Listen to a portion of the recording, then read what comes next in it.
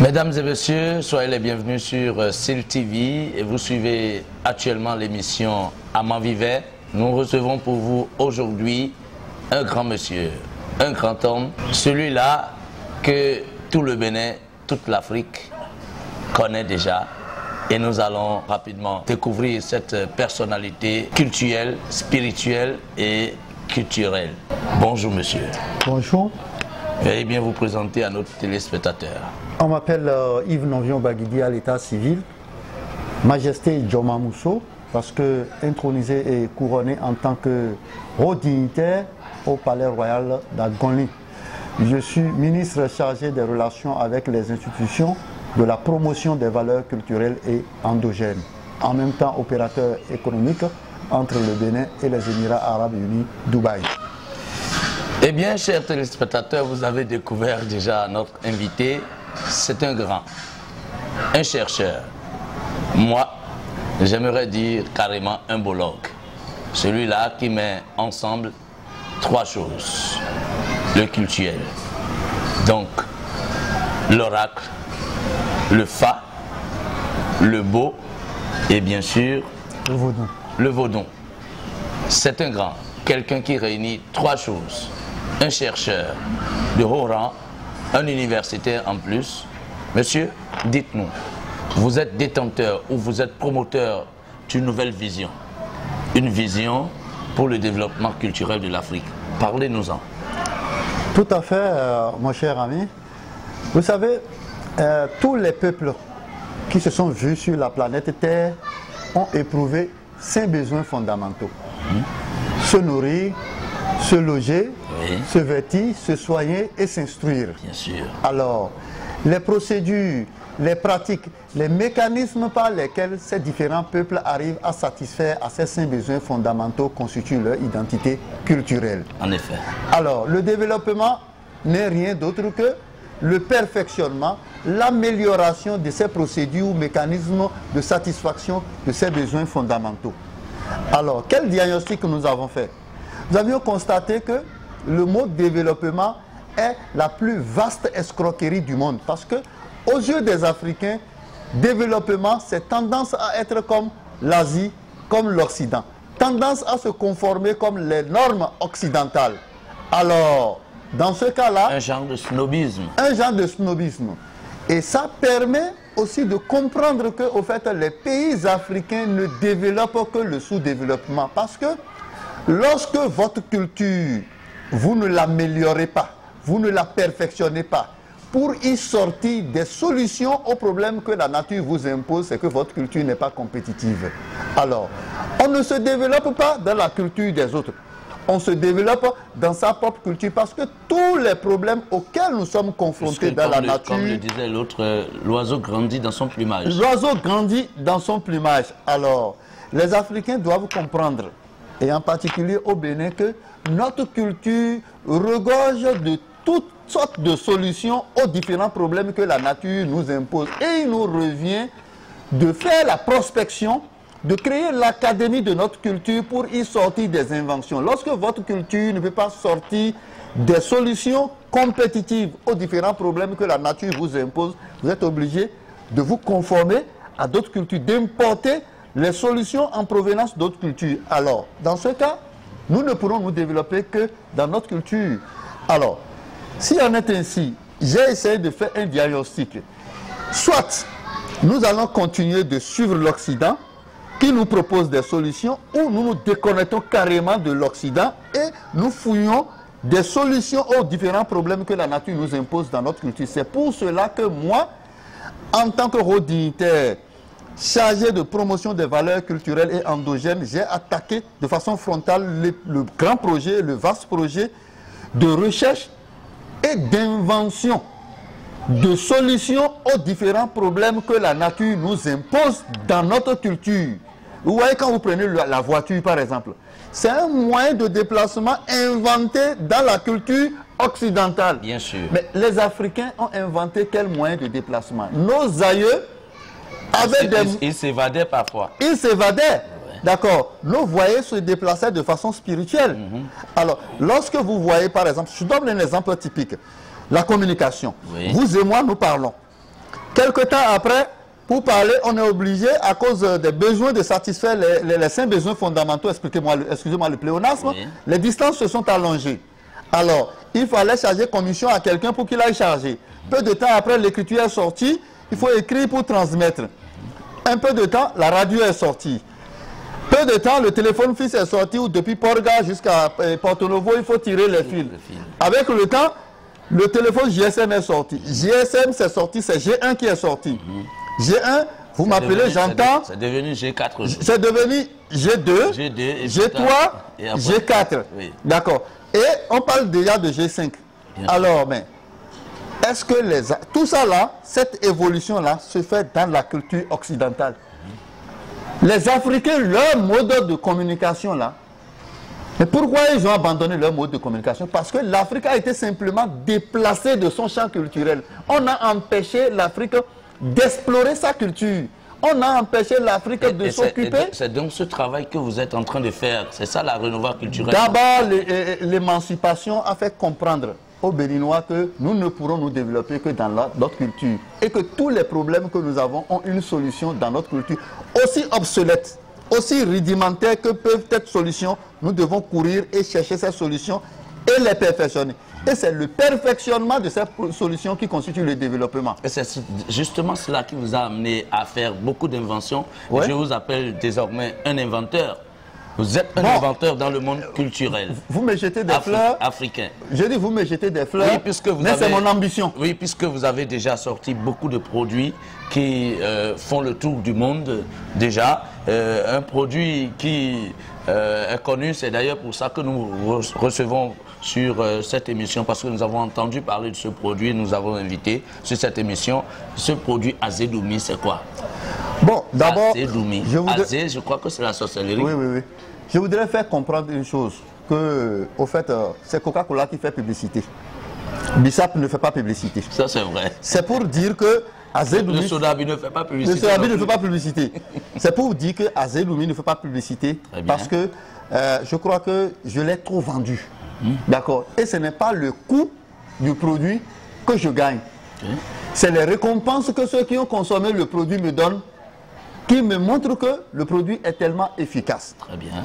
Azédoumi, je voudrais faire comprendre d'abord au commun des Béninois que quand quelqu'un est indisposé, quand je parle d'indisposé, ce n'est pas celui qui est allé se coucher sur le lit d'hôpital. Le chômage, la paresse, la stérilité, la tension, le stress, tout ça là, quand quelqu'un est dérangé et il se prête vers l'hôpital, la première des choses que les gens lui prescrivent, ou le premier diagnostic qu'on lui fait, c'est le paludisme. C'est faux. Pour le Béninois, ce n'est pas le paludisme. Parce que la force mystique africaine du mal, qu'on appelle entre griffes sorcellerie, existe dans toutes les familles. Ça, c'est vrai. Et toutes les familles doivent d'abord se vacciner contre la sorcellerie.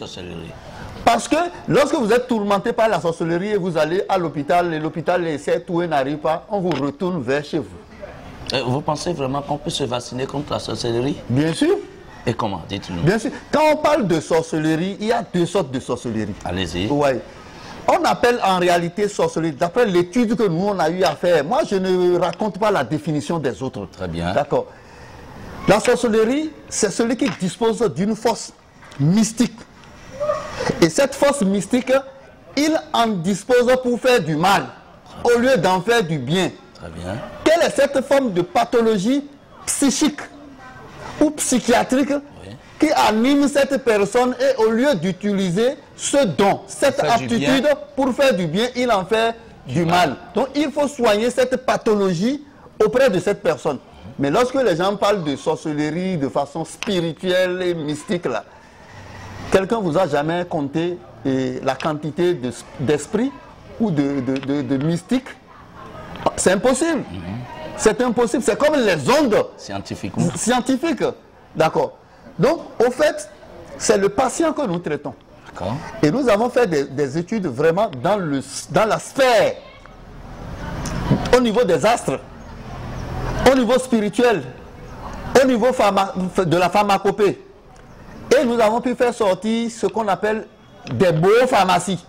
La biopharmacie. La biopharmacie, au fait, aujourd'hui, comment la structure doctorale, il y a déjà un laboratoire à l'université Abomey-Calavi qui s'occupe beaucoup plus de la promotion ou de la prospection au niveau de la trilogie Fa-Vodumbo. C'est en sociologie. C'est en sociologie. Voilà. D'accord. Où les gens peuvent déjà soutenir dans ces trucs-là.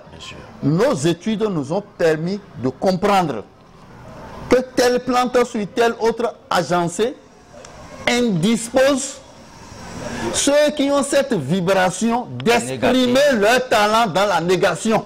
Très bien. Et ça leur permet de reconvertir leur talent en la positivité. Parce que le sorcier peut quitter ici pour aller en France. Mais pourquoi on ne peut pas l'aider à utiliser cette force pour inventer un moyen de déplacement commun à nous tous pour qu'on puisse aller en France? Avez-vous déjà rencontré des sorciers avec qui vous avez discuté de ces genres de sujets? Oui, moi j'ai déjà rencontré des sorciers qui sont venus me voir pour me dire mais je veux me débarrasser de ça parce que ça m'encombre. Vous les avez aidés? Tout à fait. Tout à fait. D'accord. Donc Azedoumi, au fait, c'est un comprimé. Un comprimé, vous C'est dites, un comprimé. Parce que si nous l'avons mis en comprimé, ça permet à tous ceux qui sont catholiques, protestants, musulmans. Parce que, un comprimé comme paracétamol. Comme paracétamol, parce que on dit si les gens n'achètent pas ce que vous vendez, il faut vendre ce qu'ils achètent. Ça, c'est vrai. D'accord. Lorsque le médicament se comporte sous le format comprimé, oui, ça enlève tout soupçon. Ça enlève tout soupçon et on peut l'acheter. Quelqu'un qui a cette force mystique africaine, cette aptitude, d'accord, d'agir à distance de façon négative sur les autres, nous pouvons l'aider à changer de configuration, à réécrire l'algorithme de son aptitude. Et il utilise désormais cette force pour le positif. D'accord. De la même manière, quelqu'un que cette force tourmente, quelqu'un que cette force-là tourmente. Quelqu'un, par exemple, qui a été attaqué, qui est victime de cette force. De cette force. Voilà. Parce que moi, quand on parle de sorcellerie, chez moi, là, ça n'existe pas. Et en réalité, dans le concept dans lequel les gens se l'appellent. D'accord. Du coup, vous comprenez. Oui. Quelqu'un qui est tourmenté par cette force-là, le même comprimé, le masque. Ok. Et il n'est plus vu par celui qui le tourmente. Par ce sorcier. Par ce sorcier antigriffe. Parce que le mathématicien, le physicien, l'astrologue, ce sont des sorciers aussi. Oui, c'est vrai. Vous comprenez? Oui. Mais nous avons essayé de mettre entre griffes sorciers ce qui est mal. J'ai toujours dit que nous devons faire l'inventaire de nos sorciers au Bénin pour en faire un levier de développement. Oui, d'accord. Donc on développait Azedoumi. Quand la personne a la sorcellerie, vous lui donnez ça, cette vibration s'éteint en lui. Ok. Ce n'est pas la potentialité ou l'aptitude qui s'éteint en lui, mais la pathologie qui lui permet de faire du mal, disparaît. De la même manière, quelqu'un qui est tourmenté par ce mal-là, d'accord, quand il prend Azedoumi, plus de l'eau de mer, il n'est plus tourmenté. Troisième chose, on peut vous contaminer par cette force mystique du mal. Ah bon? Oui. Et comment? Mais il y a des potions, quand on les met ensemble, vous allez spontanément acquérir la vibration et le désir de faire du mal. Mais il suffit que je vous gifle et que vous devenez un sujet animé par l'animosité de faire du mal. D'accord. De la même manière, de façon spirituelle, on peut vous administrer la sorcellerie. Et lorsque quelqu'un a la sorcellerie, non, il ne faut pas le taper. Ceux qui arrêtent les sorciers, qui les tapent là, non, ils sont en train de tuer du génie. Ils sont en train de gaspiller l'énergie qui vit en ces gens. Voilà. Si vous ne voulez pas contracter cette pathologie, d'orienter votre aptitude dans le mal, vous prenez Azedoumi. Parce que vous allez constater que celui qui dispose de cette aptitude à l'utiliser pour faire le mal, il ne tourmente que ses propres progénitures. Nous avons remarqué dans une de vos, toujours dans le contexte de Azedoumi, nous avons vu des oiseaux qui sont tombés, des gens qui ont fait, par exemple, des témoignages où ils ont utilisé Azedoumi. Et chez eux, les oiseaux lugubres, les oiseaux utilisés souvent par les sorciers, bon, c'est un de mes produits que j'ai inventé avec Majesté Kouanou. qui est à Savalou, où nous avons pu mettre certains ingrédients ensemble. Et lorsque, vous savez, la force mystique africaine, telle que les oiseaux contaminent par des virus HN1 ou bien grippe aviaire et autres, et les distribue. De la même manière, l'oiseau peut vous transmettre une vibration qui vous amène à utiliser votre aptitude dans le mal, c'est-à-dire à devenir atteint par la sorcellerie, entre griffes. Ouais. Donc, ce type d'oiseau-là, il suffit de mettre la poudre Kelejegbe ensevelie dans environ... Poudre Kelejegbe. Kelejegbe. Oui, oui. D'accord. Donc, vous allez ensevelir la poudre Kelejegbe dans votre maison, c'est fini, c'est un radar. Donc, quelqu'un qui... Tous les oiseaux de mauvais augure, les insectes qui vont vous hanter dans votre maison tombent. C'est pour ça que vous voyez beaucoup d'oiseaux tombent partout. Les gens se disent, ah, Kelejegbe, ça abat les oiseaux. Ceux qui ont des chantiers qu'ils veulent construire, il suffit de mettre Kelejegbe sur le chantier et ce chantier ne pourra plus être un éléphant blanc. Parce que... Va jusqu'au bout. Va jusqu'au bout. Parce que ces oiseaux-là peuvent venir miner la parcelle, miner votre chantier et le boulot dans lequel vous êtes va se détruire et vous ne pourrez plus continuer ce chantier-là. Ça veut dire que celui qui dispose de cette potentialité de vous détruire votre boulot, c'est une force, c'est une aptitude, mais il utilise dans le mal de vous imposer un retard, une désorientation dans vos projets. Ça, c'est Kelejegbe, ça. D'accord. Bon, d'accord. Ben, il y a un produit Asikiwa, par exemple, que vous avez sorti. Parlez-nous-en.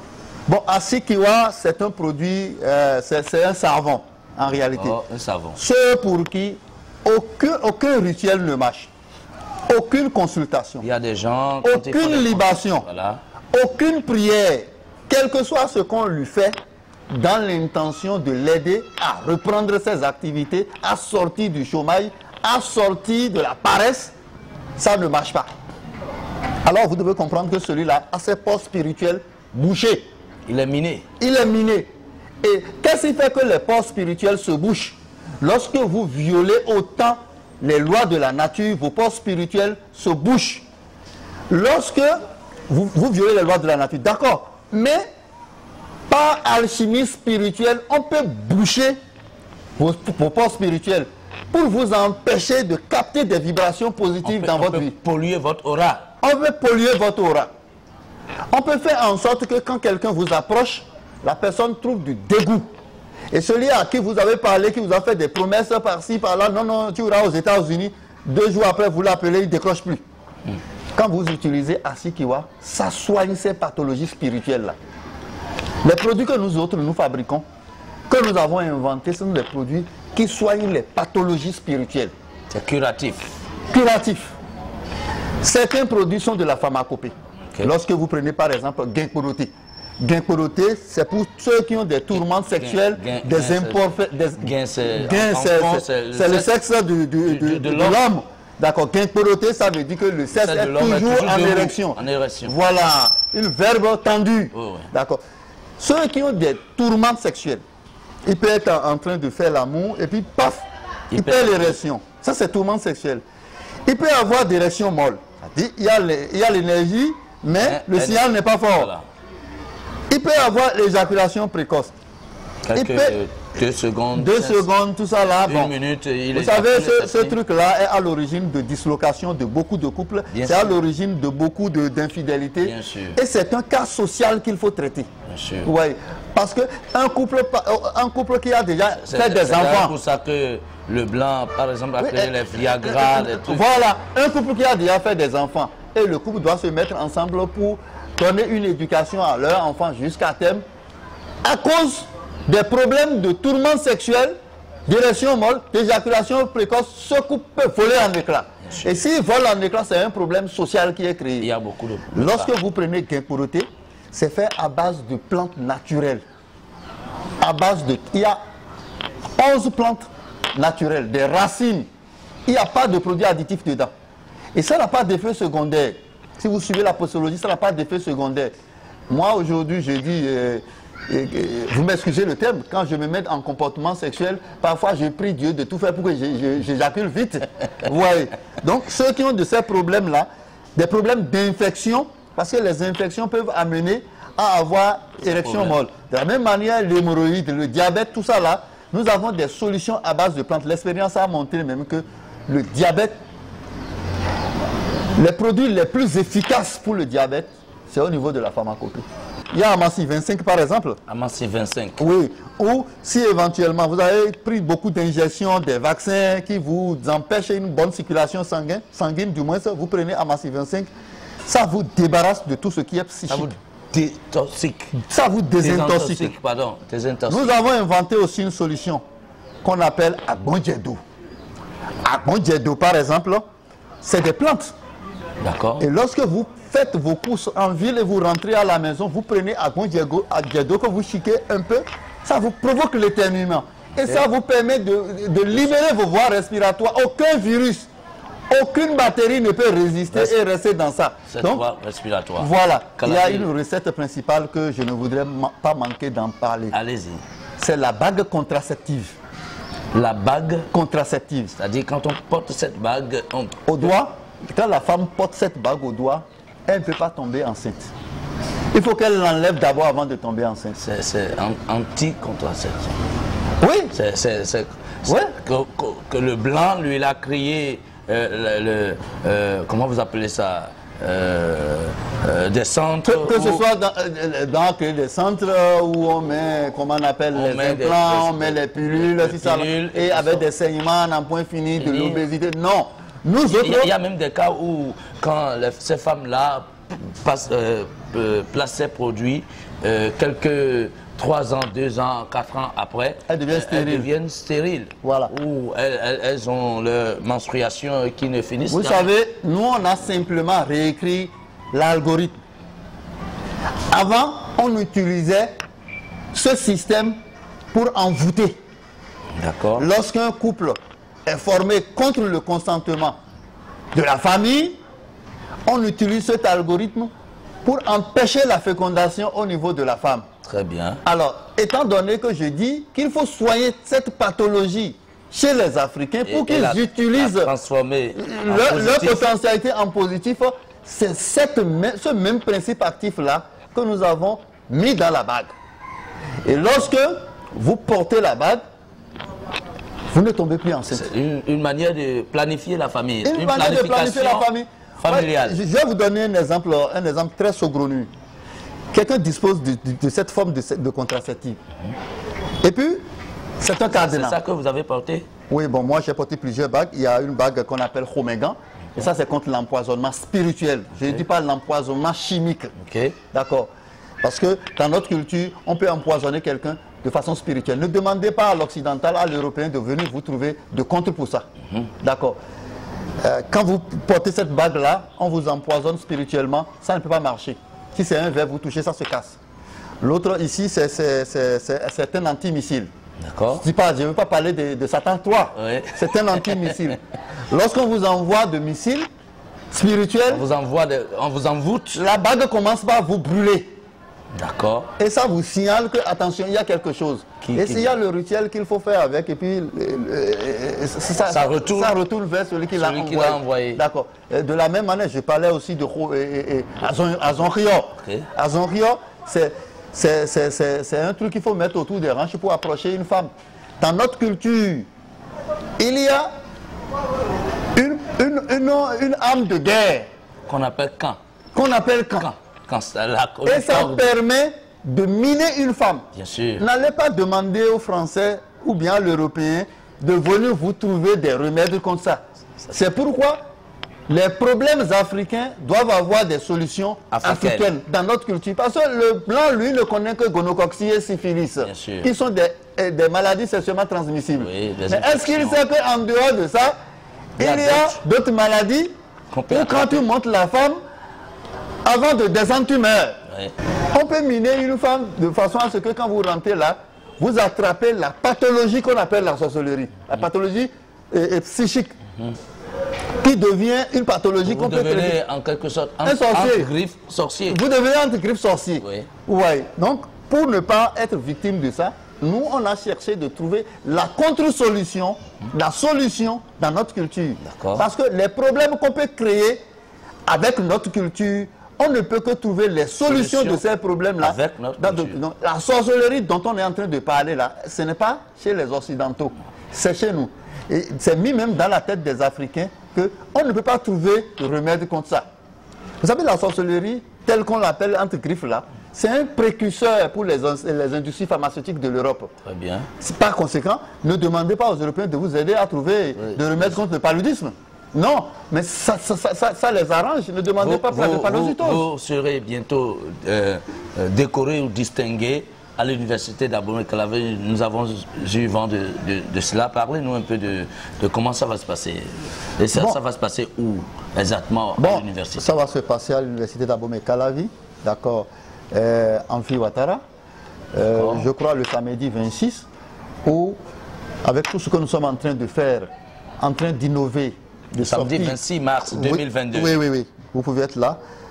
Tout ce que nous sommes en train d'inventer. Parce que notre culture regorge d'inventions. Oui. Parce que des inventions, s'ils sont cachées. Ces solutions que nous sommes en train de sortir, qui sont en train de sauver beaucoup de personnes, ont fait que les gens se sont intéressés à notre personne et ont trouvé que dans la promotion de la trilogie Fa Vodumbo, nous sommes une personnalité. D'accord. Et nous sommes en voie de devenir un boologue. Vous comprenez? Donc, c'est l'académie de notre culture qui est en train d'être mise en place à l'université d'Abomey-Calavi, où il y a déjà un laboratoire de boologie dirigé par le professeur Assoba. Ok. Voilà. Donc, samedi, je serai là. D'accord. D'accord. Amis téléspectateurs de Style TV, nous sommes en train d'aller progressivement vers la fin de notre émission. Majesté, il y a des gens qui voudront avoir votre contact pour vous contacter ou savoir où vous êtes pour poser certaines questions. Comment est-ce que ça peut se passer? Non, on peut me contacter directement. Vous mettez l'indicatif du Bénin, plus 229. Plus 229, si vous êtes à l'extérieur du Bénin, bien sûr. 96. 96. 98. 98. 71. 71. 81. 81. C'est en même temps WhatsApp. C'est en même temps WhatsApp. Voilà. Mesdames et messieurs, amis téléspectateurs de Style TV, nous sommes à la fin de notre émission à ma vivette de ce jour. Merci et à plus tard.